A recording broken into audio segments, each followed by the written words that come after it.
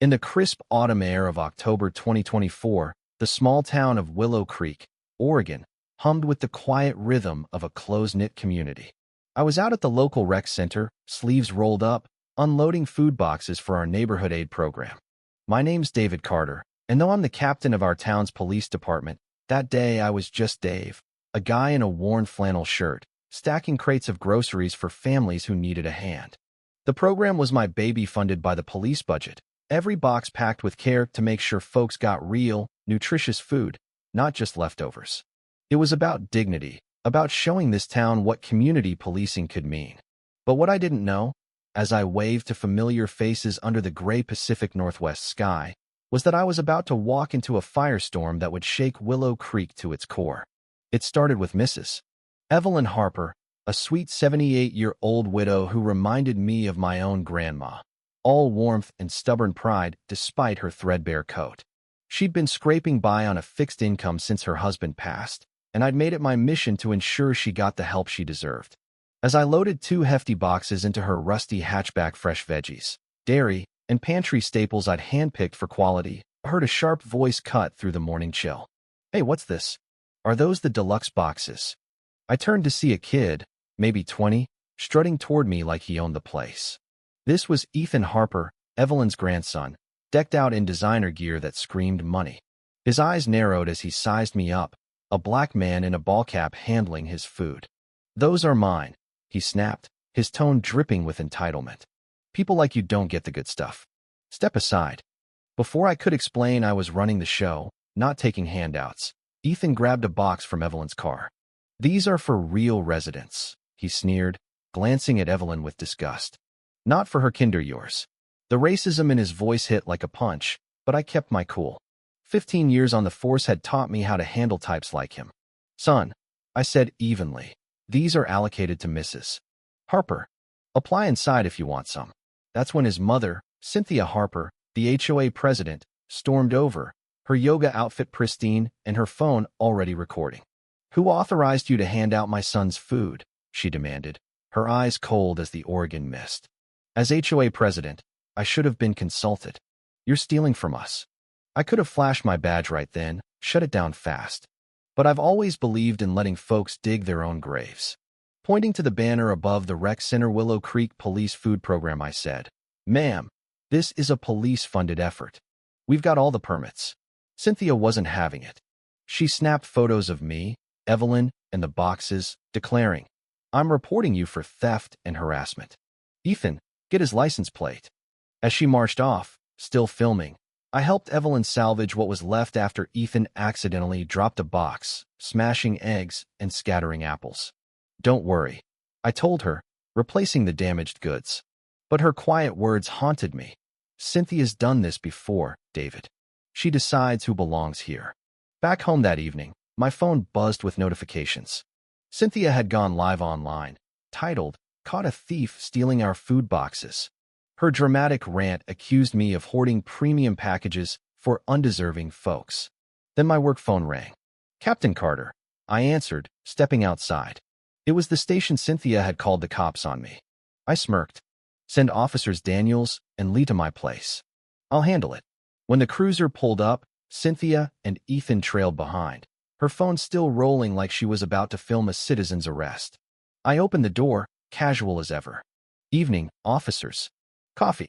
Officer Daniels froze, recognizing me instantly. Lee, newer to the force, looked puzzled. Cynthia pushed forward. "Arrest him. He stole my son's boxes." I held up my phone, showing my ID badge. "I'm Captain David Carter. I run this precinct." The silence was electric. Cynthia's jaw dropped as I clipped my badge to my belt. "You called my station to report me to me." Her phone slipped from her hand, clattering on my porch. Ethan backed up, whispering, "Mom, you said he was just some guy." I turned to Cynthia, my voice low but firm. "False accusations and racial profiling are serious, Mrs. Harper. So is filing a fake police report a crime?" Her face paled, but she stammered, "This is a misunderstanding." I nodded to Daniels. "File a full report. Include her live stream.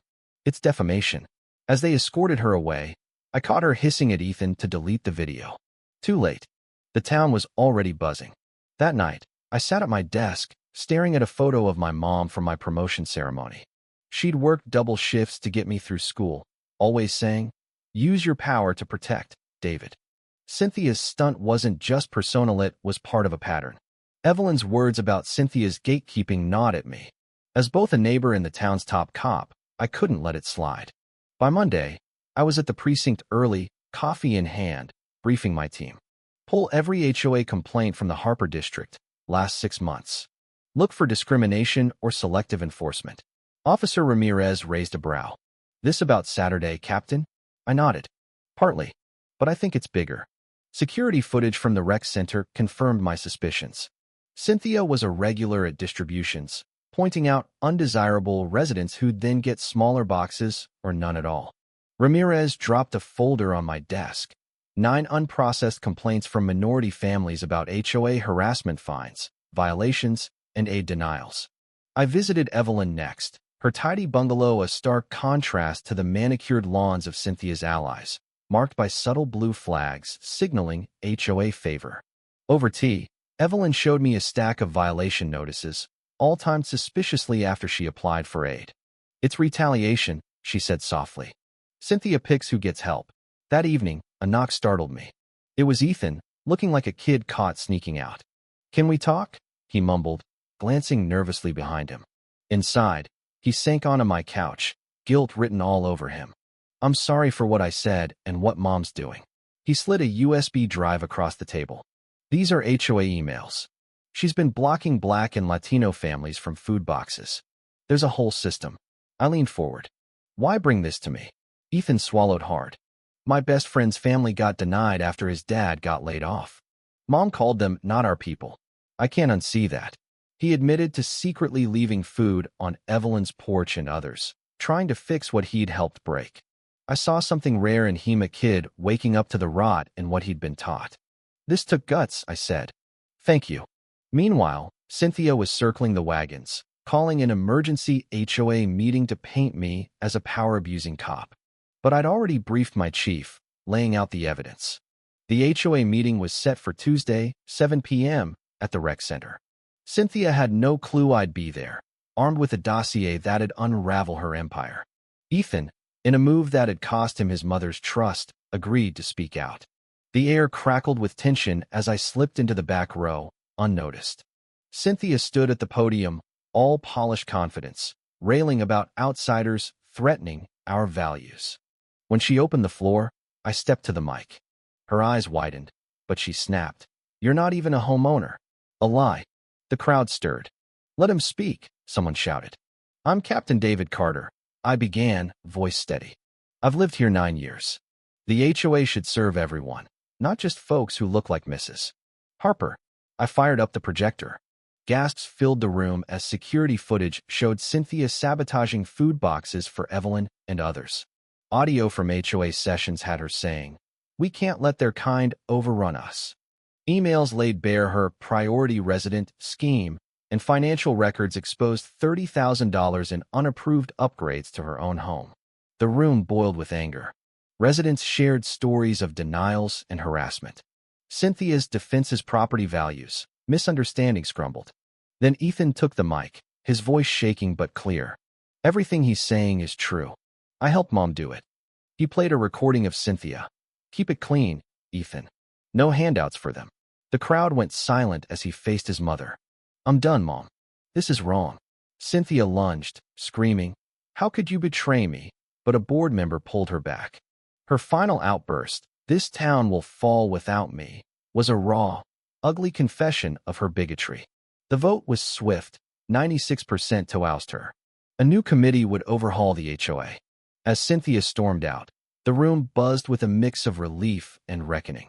Weeks later, Cynthia was gone, her house sold at a loss, her reputation in tatters. She tried one last visit, begging for sympathy, but found only turned backs. Ethan stayed, buying a modest condo and volunteering at the food program he'd once mocked. He worked with Evelyn, learning what community really meant. I expanded the program, officers joining distributions in uniform to show we were neighbors first. The rec center's new sign read, "Help for all, no exceptions." 6 months on, Ethan threw a unity festival, free for everyone, with kids from all corners of town laughing together. Evelyn handed me a plate of pie, her eyes warm. You gave us back our town, David. I shrugged. Just doing my job protecting everyone. Cynthia? Word is she's already trying to bully her new HOA in Idaho. Some folks never change. But Willow Creek did. Ethan's festival sign said it best. We all deserve help if we give it. Justice doesn't always roar. Sometimes it's quiet, steady, and unstoppable. What do you think? Should Ethan have stayed loyal to his mom? Or was he right to expose her? Could Cynthia have redeemed herself? Or was she too far gone? Have you ever seen someone's power trip crash and burn like this? Drop justice or karma in the comments. Share this story and subscribe for more tales of truth hitting hard. Where are you reading from? Let's start a firestorm of reactions below.